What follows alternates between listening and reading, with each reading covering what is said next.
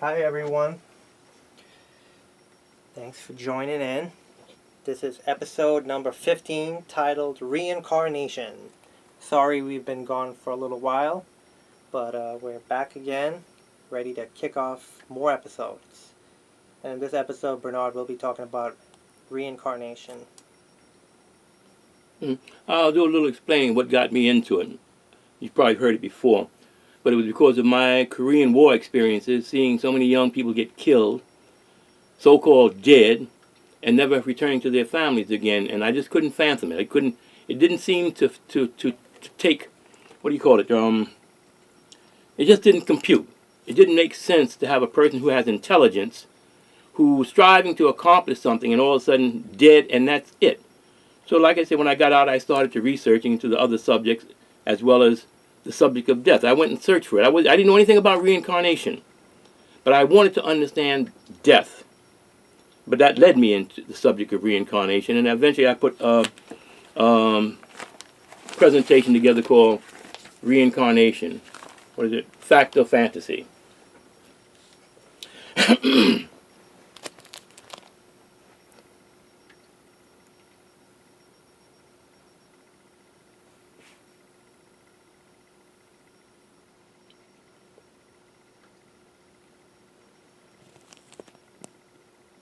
So you guys can read it.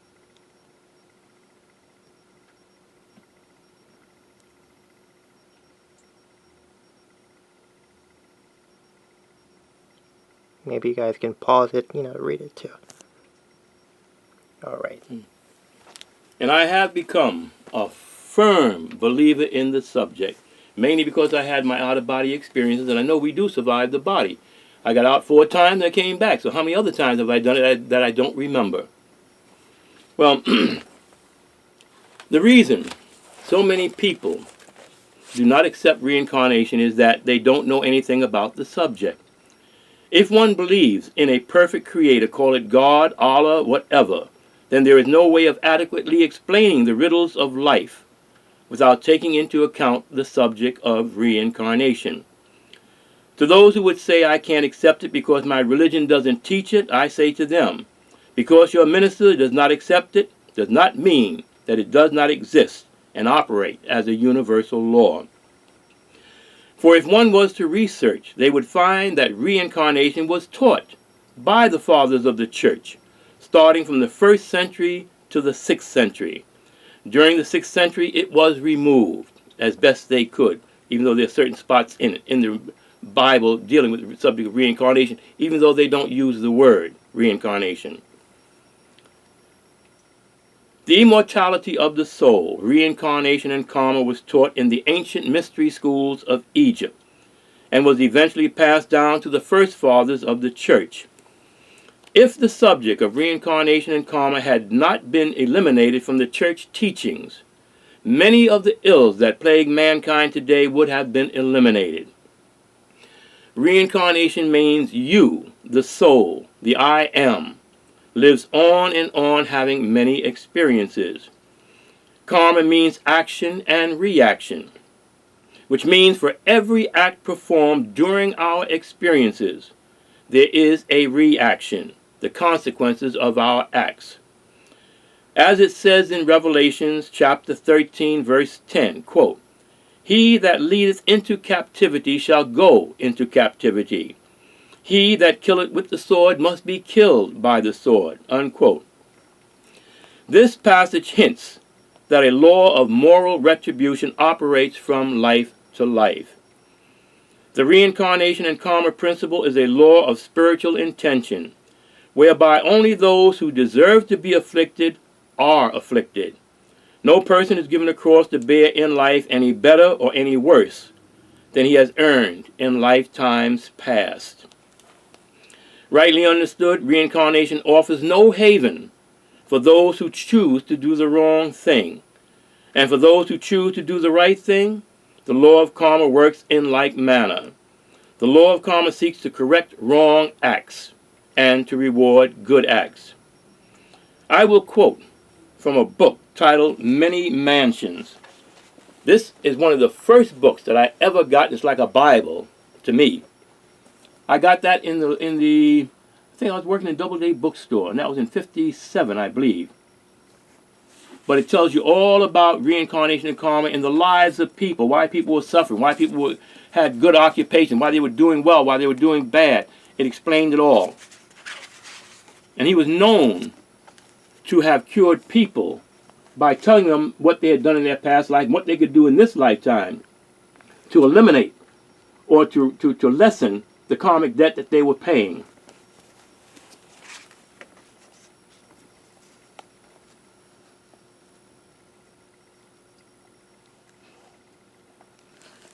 The book Many Mansions is an example of karma in the lives of certain people. The first deal with the origins of vocational competence. Quote, a woman, this is in his book, a woman who is a successful, fashionable beauty specialist of New York City.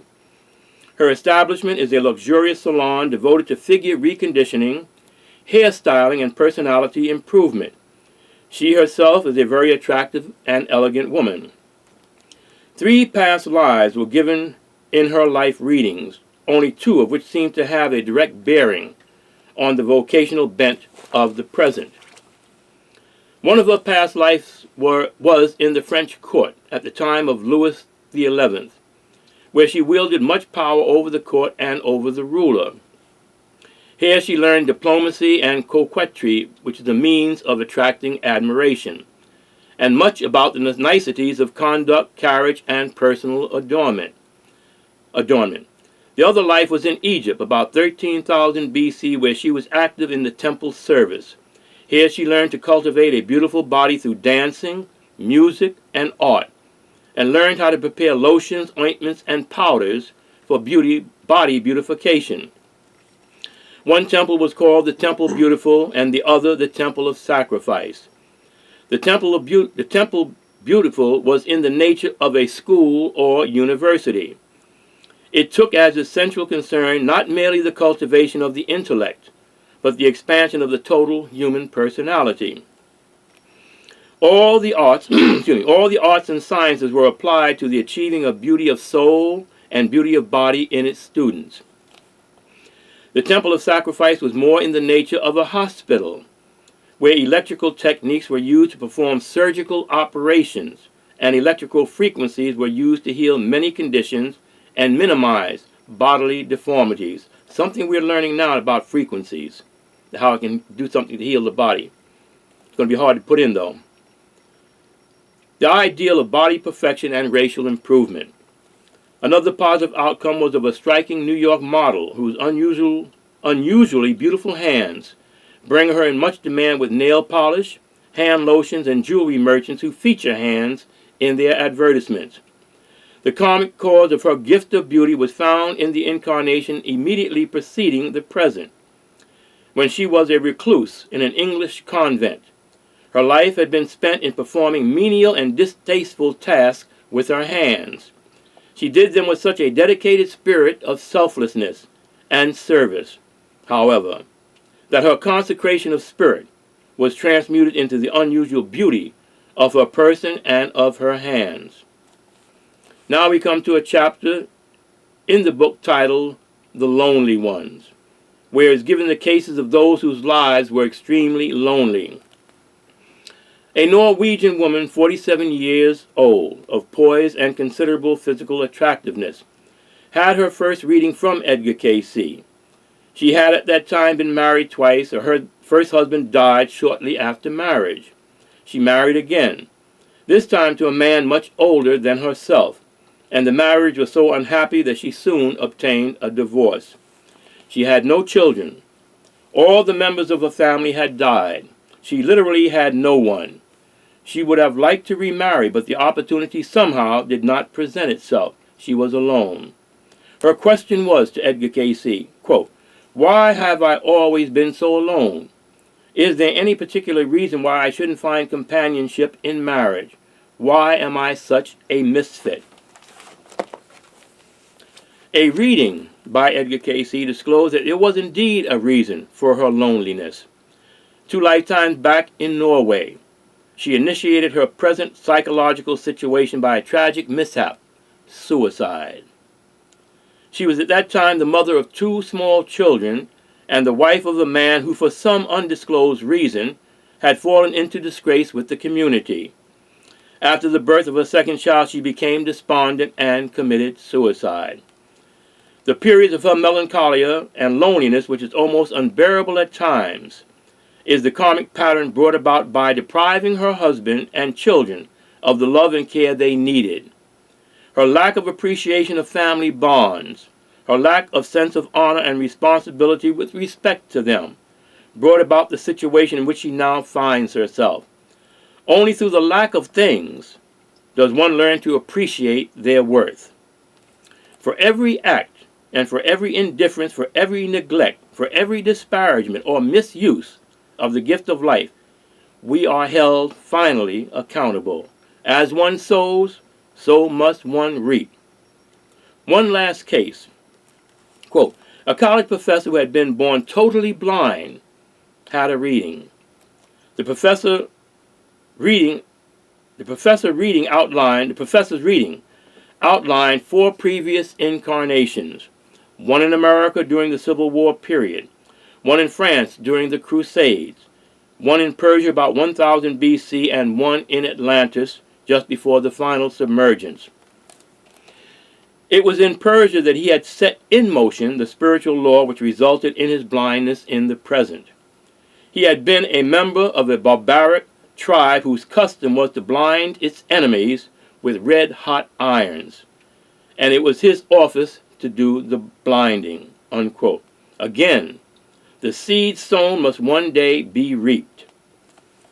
There are many references to reincarnation in the Bible, even though the word reincarnation is not used. Matthew chapter 16, verses 13 and 14 says, whom do men say that I, the Son of Man, am? This is Jesus saying. And they said, some say thou art John the Baptist. He's asking his disciples this. Some say thou art John the Baptist, some Elias, and others Jeremiah, or one of the prophets. This was the belief of the people by believing that Jesus was one of the prophets reborn. In Malachi chapter 4, verses 5 and 6, is the prophecy of Elijah's coming during the dreadful day of the Lord. Elijah is in the Old Testament. In Matthew chapter 11, verse 11 and 10, chapter 11, verses 11, 10 and 11, I got it backwards, and 14, 15. Jesus himself states that Elijah has come back. It reads, quote, verily I say unto you, among them that are born of women there hath not risen a greater than John the Baptist. For this is he of whom it is written, behold, I send my messenger before thy face, which shall prepare thy way before thee. And if you will receive it, this is Elijah, which was for to come. He that hath ears to hear, let him hear. He was talking about John the Baptist being the reincarnation of Elijah. Matthew chapter 7, verse 2 reads, with what measure you meet, it shall be measured to you again. Psalm 62, verse 12. Unto thee, O Lord, belongeth mercy, for thou renderest to every man according to his works. John chapter 3, verse 3. Verily, verily, I say unto thee, except a man be born again, he cannot see the kingdom of God. And they don't mean that stuff that they're saying in the church. It has to do with reincarnation. St. Augustine, 354 AD, says, did I not live in another body or somewhere else before entering my mother's womb? Hinduism, quote, as a blazing lamp shines in a house, even so does consciousness light up bodies. And whatever action he performs, whether good or bad, everything done in the form of body must necessarily be enjoyed or suffered. Reincarnation. Islam. God generates beings and sends them back over and over again till they return to him. The Quran. Judaism. Quote, all souls are subject to the test of transmigration. Men know not the designs of the Most High with regard to them. They know not how they are being at all times judged, both before coming into this world and when they leave it. Souls must in the end be plunged back into the substance from which they came. But before this happens, they must have developed all the perfections, the germs of which are implanted within them. If these conditions are not released in one existence, they must be born again until they reach the stage that makes possible their absorption in God. This is from the Zohar, called the Book of the Splendor of God. Buddhism. The book say well, each one's life, the outcome of his former living, is. The bygone wrongs bring forth sorrows and woes. The bygone right breeds bliss. You reap the things you sowed, sesamum corn, so much cast in past birth, and so much weed and poison stuff, which mar you and the aching earth. Lack of knowledge of reincarnation and karma are the cause of the merry-go-round of mankind's suffering. Many great individuals throughout history were believers in reincarnation. Robert Browning, 1812 to 1889, an English poet, says, "There a fancy some lean to and others hate, that when this life is ended, begins new work for the soul in another state, where it strives and gets weary, loses and wins, where the strong and the weak, this world congeries, repeat in large what they practice in small. Through life after life in unlimited series, only the scales to be changed, that's all." Giordano Bruno, 1548 to 1600, Italian pantheist, philosopher, poet, and cosmologist, an apostate Dominican who taught the plurality of inhabited worlds, the infinity of the universe, and the truth of Copernican hypothesis, burned at the stake for heresy by the church. He became renowned as a martyr to science, except among scientists. He says every act performed brings its appropriate reward or punishment in another life, in proportion as the soul has conducted itself in a body. It determines for itself its transition into another body. Bruno's last testament before the Inquisition. Marcus Tullius Cicero, 106 to 43 BC, Roman orator, statesman, and philosopher. Quote, "The mistakes and the sufferings of human life make me think sometimes that those ancient seers or interpreters of the secrets of the heavens and the counsels of the divine mind had such glimpses of the truth when they said that men are born in order to suffer the penalty of some sins committed in a former life." Leonardo da Vinci, 1452 to 1519, quote, "The soul can never be infected by the corruption of the body, but acts in the body like the wind which causes the sound of the organ, wherein if one of the pipes is spoiled, the wind cannot produce a good result in that pipe. Read me, O reader, if you find delight in me, because very seldom shall I come back into this world." Unquote. Thomas Edison, 1847 to 1931, quote, "No one understands that man is not a unit of life. He is as dead as granite. The unit of life is composed of swarms of billions of highly charged entities which live in the cells. I believe that when a man dies, this swarm deserts the body and goes out into space, but keeps on and enters another cycle of life and is immortal." Unquote. Thomas Edison. Ralph Waldo Emerson, 1803 to 1882, quote, "It is the secret of the world that all things subsist and do not die, but only retire a little from sight and afterwards return again. Nothing is dead. Men feign themselves dead and endure mock funerals and mournful obituaries. And there they stand looking out of the window, sound and well, in some new strange disguise." Unquote. Ralph Waldo Emerson. Leo Tolstoy, 1828 to 1910, Russian novelist. His masterpiece was War and Peace. He says, "How interesting it would be to write the story of the experiences of this life of a man who killed himself in his previous life.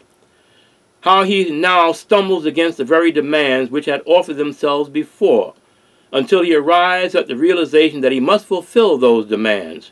Remembering the lesson, this man will be wiser than others." Unquote. Voltaire, quote, "It is not more surprising to be born twice than once. Everything in nature is resurrection." Unquote. Voltaire. Mark Twain, 1835-1910, quote, "The first time I was in Egypt, a simplified spelling epidemic had broken out, and the atmosphere was electrical with feeling engendered by the subject. This was 4,000 or 5,000 years ago. I do not remember just how many thousand it was, for my memory for minor details has suffered some decay in the lapse of years. I am speaking of a former state of existence of mine, perhaps my earliest." Mark Twain. Henry David Thoreau, 1817-1862, U.S. writer, philosopher, and naturalist. Quote, "As far back as I can remember, I have unconsciously referred to the experiences of a previous state of existence.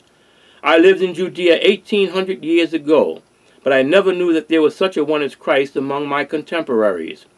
As the stars looked to me when I was a shepherd in Assyria, they look to me now as a New Englander. Why should we be startled of death? Life is a constant putting off of the mortal coil, coat, cuticle, flesh, and bones of existence." Unquote. Albert Schweitzer, 1875-1965, quote, "Ladies and gentlemen, in my youth I was a stupid young man. I learned German and French, Latin, Greek, Hebrew, but no English.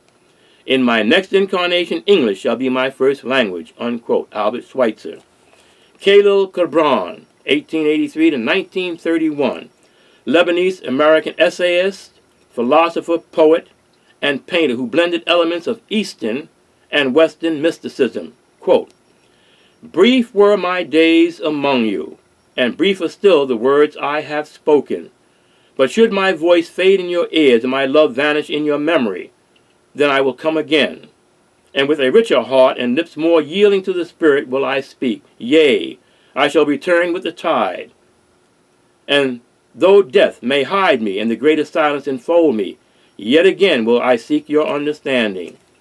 Know therefore that from the greatest silence I shall return. What was given us here we shall keep, and if it suffices not, then again must we come together and together stretch our hands unto the giver. Forget not that I shall come back to you.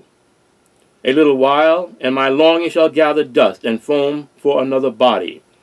A little while, a moment of rest upon the wind, and another woman shall bear me.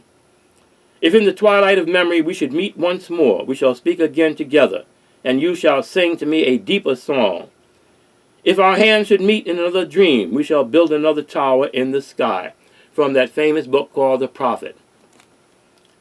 Now, I used to have a video. When I gave this talk, I had a video to show certain things. But I don't have that video right now. The principle of reincarnation and karma was one of the teachings given by Jesus to his apostles to be given to the church. It was taught by the early church fathers. Origin, 185 A.D. He was an Egyptian, born of Christian parents. He was called by St. Gregory of Nyssa, the prince of Christian learning. Origen was able to explain the actual sinfulness of all men by the theological hypothesis of pre-existence and the pre-mundane fall of each soul. Origen states in his own book, I think it's called a book called Contra Celsum, quote, "Is it not more in conformity with reason that every soul, for certain mysterious reasons, I speak now according to the opinion of Pythagoras and Plato and Empedocles, whom Celsus frequently names, is introduced into a body according to its deserts and former actions? Is it not rational that souls who have used their bodies to do the utmost good should have a right to bodies endowed with qualities superior to the bodies of others? The soul, which is immaterial and invisible in its nature, exists in no material place without having a body suited to the nature of that place. Accordingly, it at one time puts off one body, which was necessary before, but which is no longer adequate in its changed state, and it exchanges it for a second." Unquote.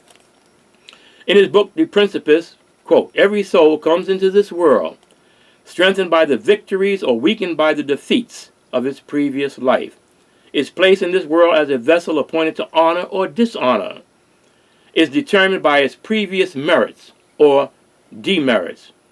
Its work in this world determines its place in the world, which is to follow this, unquote. Saint Clement of Alexandria, 150 to 220 A.D., quote, we were in being long before the foundation of the world. We existed in the eye of God, for it is our destiny to live in him. We are the reasonable creatures of the divine word.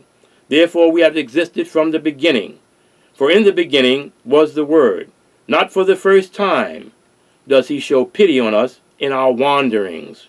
He pitied us from the very beginning, unquote. To St. Jerome and St. Augustine's views on Plato must be added those of St. Gregory, 257 to 332 A.D., who affirmed that, quote, it is absolutely necessary that the soul should be healed and purified. And if this does not take place during its life on earth, it must accomplish it in future lives, unquote. Plotinus, in the Descent of the Soul, speaks of reincarnation. Jesus was thoroughly familiar with the doctrine of reincarnation and the law of compensation. In St. John chapter 9, verses 2 to 4, the disciples saw a man whom they knew was born blind with his parents. They asked Jesus, Master, who did sin, this man or his parents, that he was born blind? They were puzzled as to the cause of his blindness. If his blindness had come about after birth, it could have occurred through injury, disease, or through any of the many causes of blindness. But in what manner could the man himself have sinned, but in a previous life, bringing blindness upon himself as a karmic condition? St. Mark chapter 9, verse 11, and St. Matthew chapter 17, verses 12 and 13, speaks of Elijah having returned as John the Baptist, and the people knew him not. Why isn't the teachings of reincarnation as taught by the fathers of the early church being taught today? In 553 A.D., Emperor Justinian, and you can look this up. All you have to do is Google first the early church and reincarnation, and then Emperor Justinian and reincarnation. Along with. In 553 A.D., Emperor Justinian, along with his wife Theodora, who it seems had a great influence, negative at that, summoned the Fifth Ecumenical Congress, excluding all but 6 Western bishops, while permitting the attendance of 159 Eastern bishops. Pope Virgilius demanded that the Eastern and Western bishops be given equal representation, a demand that was turned down by Emperor Justinian. The purpose was to get rid of the writings of the early church dealing with reincarnation. The head of the church, Pope Virgilius, had been refused admittance to the council, and the Western bishops were not permitted to vote. It is said that the Essenes was the only organization that was prepared for Christ's appearance on earth, and who aided in the birth in what they call the cave, which was a hospice, the flight to Egypt, and taught him in his childhood. When the Dead Sea Scrolls are given to the public in their entirety, if they ever will be, they will find that the Essenes were firm believers in reincarnation and karma, and that it was not a Jewish group, not a Jewish organization. If people believe as they claim that God is all wise, or loving, or merciful, and all kind, or perfect, etc., then all the trials and tribulations, as I said before, of mankind can only adequately be explained by reincarnation. A friend of mine, I went to a convention, and a friend of mine who was there presented me with this subject, saying, bold scientists say proof soul exists. This is from The Lancet. The Lancet is one of the world's most respected medical journals. So when it published an article in its current edition in which scientists claim to have proof that humans have a soul that exists independently of the body that it inhabits. Folks are sitting up and taking notice. A term of research doctors from Holland conducted the largest near-death experience survey ever, a 2-year study of 344 heart attack survivors. Results: 18% of 62 out of the 344 experienced emotions, visions, or lucid thoughts, while they were considered clinically dead. Some of them reported out-of-body experiences as well. Our results show that medical factors cannot account for occurrences of near-death experiences. What they have now, they have found this out, but what they haven't found out, the soul is you. You're leaving the body. You're a consciousness, an awareness.